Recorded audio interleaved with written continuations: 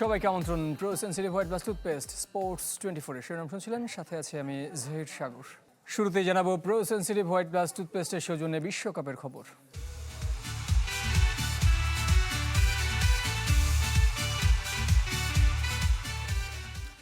বিশ্ব জয় করে দেশে ফিরেছে স্পেন দল। স্থানীয় সময় দুপুরে নিউ ইয়র্ক থেকে মাদ্রিদে পৌঁছায় লামিন ইয়ামাল, রদ্রি তোরেসরা। দেশটির রাজা ও প্রেসিডেন্টের সাথে সাক্ষাতের পর ছাদখোলা বাসে চ্যাম্পিয়ন প্যারেড করবে দে লা ফুয়েন্তের দল। রাতে মূল উৎসব হবে সিবিলেস স্কোয়ারে, যেখানে জমায়েত হতে পারেন 10 লাখ মানুষ। এই ফেরাটা অন্যরকম, হতে পারে রাজকীয়, হতে পারে আনন্দের, তার চাইতেও বেশি গর্বের। জাতীয় দলের জার্সিতে আরও একটি তারকা যুক্ত করেছে ওরা, 26 তারকা। নিজ দেশের আর দেশের মানুষের জন্য বয়ে এনেছে স্বর্ণালী ট্রফি। আজ স্প্যানিশরা মাথা উঁচু করে বলতে পারে তারা বিশ্ব চ্যাম্পিয়ন। মাদ্রিদের বিমানবন্দর তখন লোকে লোকারণ্য। ইয়ামাল, রদ্রি, তোরেসদের এক ঝলক দেখার চেষ্টা। তবে ফাইনাল ম্যাচের পর দীর্ঘ ভ্রমণের ক্লান্তি দূর করতে আপাতত বিশ্রামে দে লা ফুয়েন্তের দল। উদযাপনের জন্য অপেক্ষা করতে হবে অল্প কিছুক্ষণ। আনুষ্ঠানিক উৎসবের শুরুটা স্থানীয় সময় বিকাল 4:30টায়। প্রথমে সারসুয়েলা প্যালেসে যাবে লা রোহা ফিউরিরা। সেখানে বিশ্ব সেরাদের স্বাগত জানাবেন রাজা ফেলিপ, রানী লেতিসিয়া ও 2 রাজকন্যা লিওনর ও সোফিয়া। ছোট্ট সংবর্ধনা শেষে পুরো দল চলে যাবে মনক্লোয়া প্যালেসে। ইয়ামাল, পেদ্রিদের উষ্ণ অভ্যর্থনা জানাবেন প্রেসিডেন্ট পেদ্রো সানচেজ ও সরকারের ঊর্ধ্বতন কর্তারা। ফুটবলারদের সম্মান জানানোর পাশাপাশি ট্রফি জয়ের উদযাপনও হবে সেখানে। এরপর স্থানীয় সময় সন্ধ্যা 7টায় শুরু হবে ছাদখোলা বাসে চ্যাম্পিয়ন প্যারেড। মনক্লোয়া প্যালেস থেকে মাদ্রিদের বিভিন্ন গুরুত্বপূর্ণ সড়ক ঘুরে বিখ্যাত সিবিলেস স্কোয়ারে পৌঁছাবে দে লা ফুয়েন্তের দল। মূল উৎসবটা হবে সেখানেই। জনপ্রিয় শিল্পীদের গান, ডিজে, আতশবাজি তো থাকবেই। অনেক চমক অপেক্ষা করছে লামিন ইয়ামাল, রদ্রিদের জন্য। প্রায় 10 লাখ মানুষ জমায়েত হবে এই অনুষ্ঠানে, ধারণা করছে দেশটির প্রশাসন। উৎসবের যে কেবল শুরু। আশরিক রুদ্র, চ্যানেল 24। সর্বকনিষ্ঠ ফুটবলার হিসেবে ইউরো ও বিশ্বকাপ জয়ের কীর্তি গড়েছেন লামিন ইয়ামাল মাত্র 19 বছর বয়সে। এই 2 শিরোপার সাথে অলিম্পিক জিতেছেন তারই সতীর্থ অ্যালেক্স বায়েনা, আর অর্জনে তাদের দুজনকেই ছাড়িয়ে গেছেন রদ্রি। গেল সপ্তাহেই পা দিয়েছেন 19-এ, আর এই বয়সেই বিশ্ব চ্যাম্পিয়ন লামিন ইয়ামাল, তাও আবার লিওনেল মেসির আর্জেন্টিনাকে হারিয়ে ফাইনালে রীতিমতো নাস্তানাবুদ করে। যে শিরোপার আক্ষেপে যুগে যুগে পড়ছেন ক্রুইফ, ইউসেবিও, রোনালদো, নেইমারের মতো তারকারা, কৈশোরেই তা জয় করেছেন স্প্যানিয়ার্ড, তাও নিজের প্রথম আসরে। অঙ্কুরেই অবশ্য নিজের জাত চিনিয়েছিলেন লামিন। গেল ইউরোতে প্রথম খেলতে নেমেই দেশকে এনে দিয়েছিলেন মহাদেশীয় শ্রেষ্ঠত্ব, তাও মাত্র 17 বছর বয়সে। এত কম বয়সে এর আগে মহাদেশীয় ও বৈশ্বিক 2 শিরোপা জিততে পারেনি আর কেউ। তবে বয়সের মাপকাঠিতে বিশ্বকাপ গোলে ছাড়িয়ে যেতে পারেননি কিংবদন্তি পেলেকে। সৌদির বিপক্ষে আসরে তার একমাত্র গোল, টুর্নামেন্ট ইতিহাসে দ্বিতীয় সর্বকনিষ্ঠ। বল পায়েও দেখিয়েছেন ক্যারিশমা, করেছেন আসর সর্বোচ্চ 30 ড্রিবল। লামিন যেন স্পেনের জন্য সৌভাগ্যের প্রতীক। বিশ্বকাপ ও ইউরোর যে 12 ম্যাচে শুরুর একাদশে খেলেছেন, প্রতিবারই জিতেছে লা রোহা ফিউরি। অর্জনের পাল্লায় অবশ্য তার থেকেও এগিয়ে অ্যালেক্স বায়েনা। অলিম্পিক, ইউরোর পর জিতেছেন বিশ্বকাপও, ফুটবল ইতিহাসে যা তৃতীয়। এর আগে অলিম্পিক, মহাদেশীয় ও বৈশ্বিক চ্যাম্পিয়ন হওয়ার কীর্তি আছে কেবল 2 আর্জেন্টাইন লিওনেল মেসি ও দি মারিয়ার। বয়সের পাশাপাশি কীর্তিতে লামিন ও বায়েনা দুজনকেই ছাড়িয়ে গেছেন রদ্রি। একাদশ ফুটবলার হিসেবে জিতেছেন চ্যাম্পিয়ন্স লিগ, ব্যালন ডিওর ও বিশ্বকাপ, স্প্যানিশ হিসেবে প্রথম। এবারের গোল্ডেন বল তাকে নিয়ে গেছে লিওনেল মেসির সাথে এলিট তালিকায়। জহির সাগর, চ্যানেল 24। এদিকে ভাঙা মন নিয়ে নিজ দেশে ফিরছে আর্জেন্টিনা দল। তবে বেশিরভাগ ফুটবলারই নিউ ইয়র্ক থেকে ছুটিতে চলে গেছেন। লিওনেল মেসি ও রদ্রিগো দি পল গেছেন মায়ামিতে। রানার্স আপ হলেও আলবিসেলেস্তাদের জন্য গণসংবর্ধনার আয়োজন করতে চায় আর্জেন্টিনার প্রেসিডেন্ট। আকাশের রংটা এখন ধূসর, শোকের আবহ আর্জেন্টিনা দলে। এক লিওনেল স্কালোনি ছাড়া গণমাধ্যমের মুখোমুখি হননি কেউ। অশ্রু আর চাপা কষ্ট আড়াল করার চেষ্টা লিওনেল মেসি, হুলিয়ান আলভারেজদের। একমাত্র ব্যতিক্রম নিকো পাজ। মাঠে নামার সুযোগ পাননি স্পেনে জন্ম নেয় আর্জেন্টাইন, তবে সামাজিক যোগাযোগ মাধ্যমে বার্তা দিয়েছেন। স্পেনকে অভিনন্দন জানানোর পাশাপাশি ট্রফি আবারও আর্জেন্টিনায় ফিরিয়ে আনার প্রতিশ্রুতি দিয়েছেন নিকো পাজ।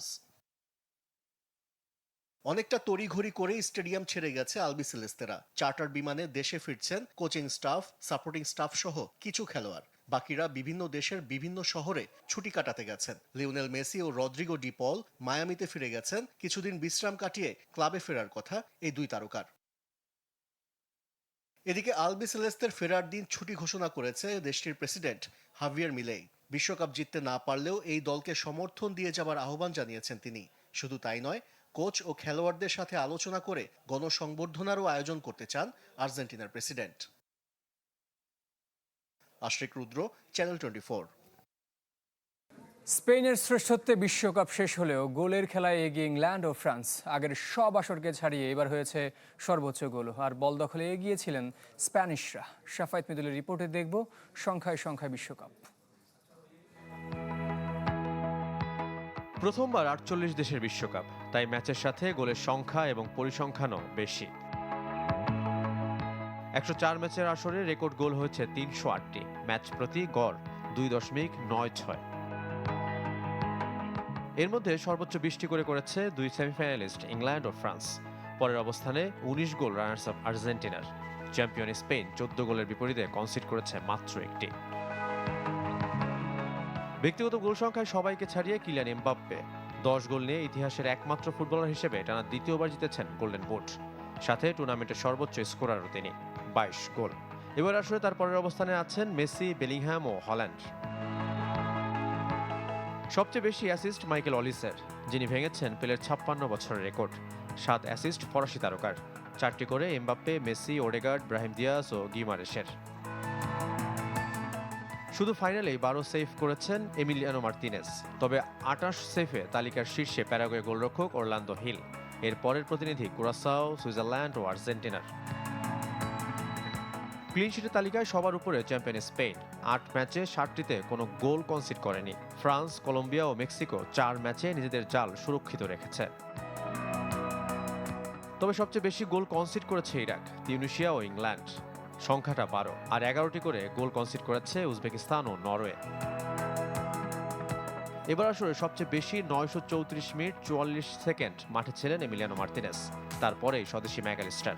আর স্পেনের মার্ক কুকুরেয়া, পাও কুবার্সি ও উনাই সিমন সমান সময় মাঠে ছিলেন। সর্বোচ্চ পাস স্প্যানিশ ফুটবলারদের দখলে। গোল্ডেন বল জয়ী রদ্রি ৭৯৯টি পাস কমপ্লিট করেছেন, আর সেরা উদীয়মান ফুটবলার পাও কুবার্সি করেছেন ৬৯০টি। শাফায়েত মিদুল, চ্যানেল 24।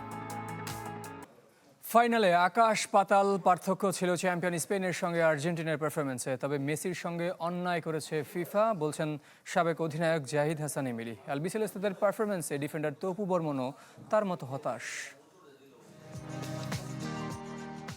ফাইনালে অবিস্মরণীয় এক মুহূর্ত উপহার দেবে আর্জেন্টিনা, এমন প্রত্যাশা বাংলাদেশের ফুটবল ভক্তদের যেমন ছিল, তেমনি ফুটবলারদেরও। কিন্তু ঠিকটার উল্টো চিত্র দেখে কেউ অবাক হয়েছেন, কেউ হতাশ। তাদের মধ্যে চ্যাম্পিয়ন স্পেনের সঙ্গে মেসিদের পারফরমেন্সে ছিল আকাশ পাতাল ব্যবধান।